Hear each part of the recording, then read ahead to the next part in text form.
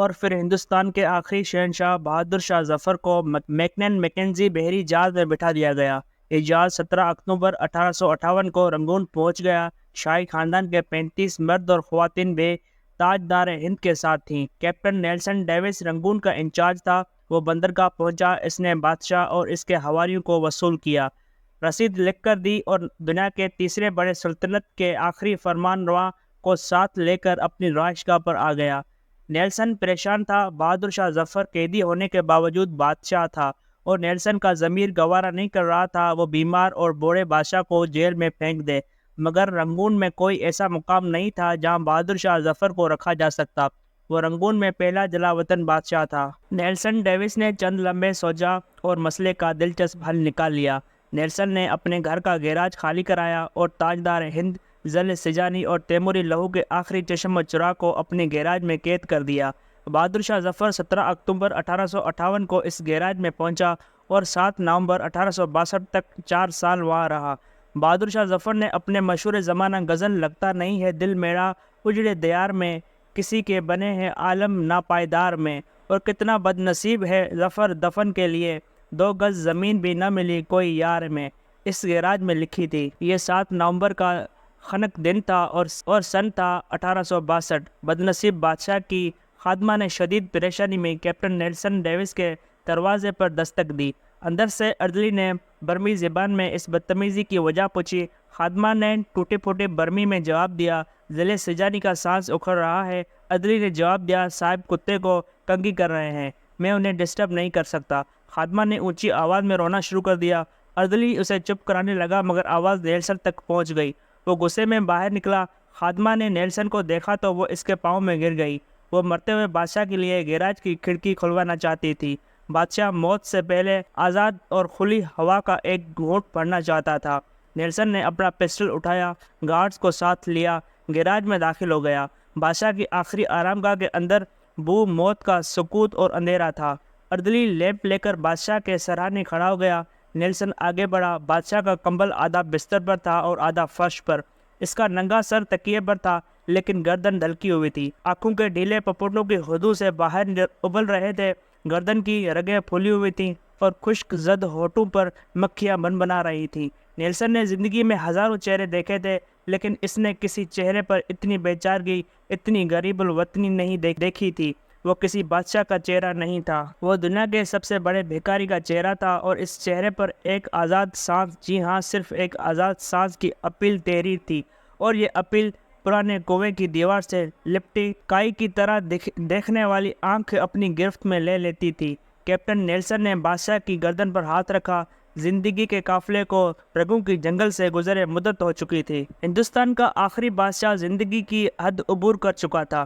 Nelson نے لواحقین کو بلانے کا حکم دیا۔ لواحقین تھے ہی کتنے، ایک شرارہ جوان بخت اور دوسرا اس کا استاد حافظ محمد ابراہیم دہلوی۔ وہ دونوں آئے، انہوں نے بادشاہ کو غسل دیا، کفن پہنایا اور جیسے تیسے بادشاہ کی نماز جنازہ پڑھی۔ قبر کا مرحلہ آیا تو پورے رنگون شہر میں آخری تاجدار ہند کے لیے 2 گز زمین دستیاب نہیں تھی۔ نیلسن نے سرکاری رہائش گاہ کے احاطے میں قبر کھدوائی اور بادشاہ کو خیرات میں ملی ہوئی مٹی میں دفن کر دیا۔ قبر پر پانی کا چھڑکاؤ ہو رہا تھا، گلاب کی پتیاں بکھیری جا رہی تھیں تو استاد حافظ ابراہیم دہلوی کے خزاں رسیدہ ذہن میں 30 ستمبر 1837 کے وہ مناظر دوڑنے بھاگنے لگے جب دہلی کے لال قلعے میں 62 برس کے بہادر شاہ ظفر کو تاج پہنایا گیا۔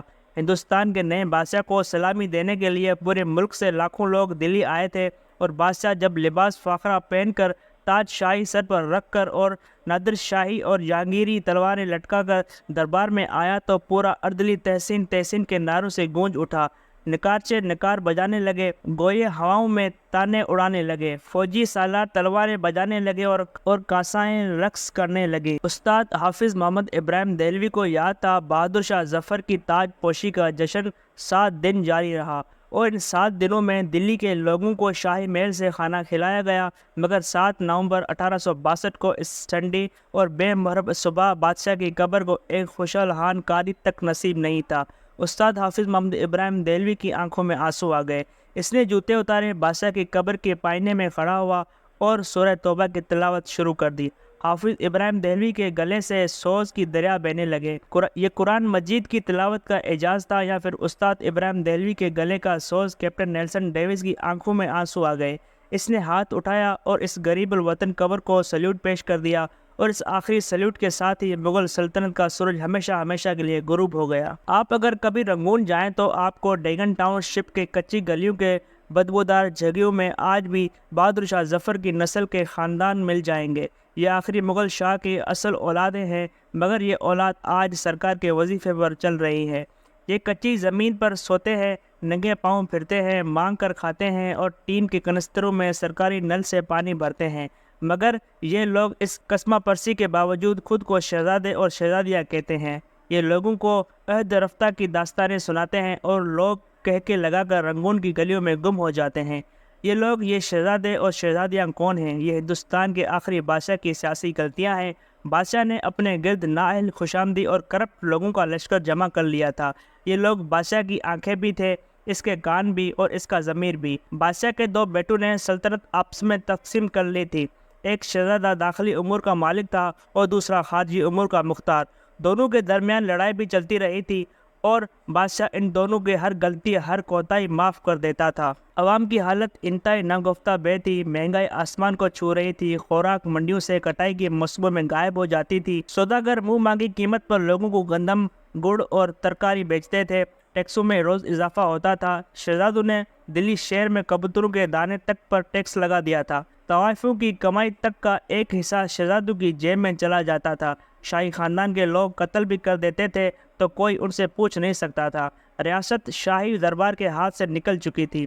نواب، صوبیدار، امیر اور سلطان آزاد ہو چکے تھے اور یہ مغل سلطنت کو ماننے تک سے انکاری تھے۔ فوج تلوار کی نوک پر بادشاہ سے جو چاہتی تھی منوا لیتی تھی۔ عوام بادشاہ اور اس کے خاندان سے بیدار ہو چکے تھے۔ یہ گلیوں اور بازاروں میں بادشاہ کو ننگے گالیاں دیتے تھے، کوتوال چپ چاپ ان کے قریب سے گزر جاتے تھے۔ جبکہ انگریز مضبوط ہوتے جا رہے تھے، یہ روز معاہدہ توڑتے تھے اور شاہی خاندان وسیع تر قومی مفاد میں انگریزوں کے ساتھ نیا معاہدہ کر لیتا تھا۔ انگریز بادشاہ کے وفاداروں کو قتل کر دیتے تھے اور شاہی خاندان جب احتجاج کرتا تو انگریز بادشاہ کو یہ بتا کر حیران کر دیتا، ذیل الہی وہ شخص آپ کا وفادار نہیں تھا، وہ ننگ انسانیت آپ کے خلاف سازش کر رہا تھا، اور بادشاہ اس پر یقین کر لیتا تھا۔ بادشاہ نے طویل عرصے تک اپنی فوج بھی ٹیسٹ نہیں کی تھی، چنانچہ جب لڑنے کا وقت آیا تو فوجیوں سے تلواریں تک نہ اٹھائی گئیں۔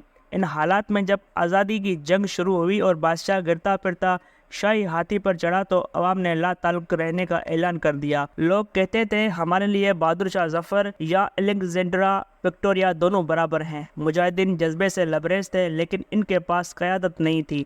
بادشاہ ڈبل مائنڈڈ تھا، یہ انگریز سے لڑنا بھی چاہتا تھا اور اپنی مدت شاہی بھی پوری کرنا چاہتا تھا۔ چنانچہ اس جنگ کا وہی نتیجہ نکلا جو ڈبل مائنڈ ہو کر لڑی جانے والی جنگوں کا نکلتا ہے۔ شاہی خاندان کو دلی میں ذبح کر دیا گیا جبکہ بادشاہ جلا وطن ہو گیا۔ بادشاہ کیپٹن نیلسن ڈیوس کے گیراج میں قید رہا، گھر کے احاطے میں دفن ہوا اور اس کی اولاد آج تک اپنی عظمت رفتہ کا ٹوکرا سر پر اٹھا کر رنگون کی گلیوں میں پھر رہی ہے۔ یہ لوگ شہر میں نکلتے ہیں تو ان کے چہروں پر صاف لکھا ہوتا ہے، جو بادشاہ اپنی سلطنت، اپنے مینڈیٹ کی حفاظت نہیں کرتے، جو عوام کا اعتماد کھو بیٹھتے ہیں، ان کی اولادیں اسی طرح گلیوں میں خوار ہوتی ہیں۔ یہ عبرت کا کشکول بن کر اسی طرح تاریخ کے چوک میں بھیک مانگتے ہیں، لیکن ہمارے حکمرانوں کو یہ حقیقت سمجھ نہیں آتی، یہ خود کو بہادر شاہ ظفر سے بڑا بادشاہ سمجھنے لگتے ہیں۔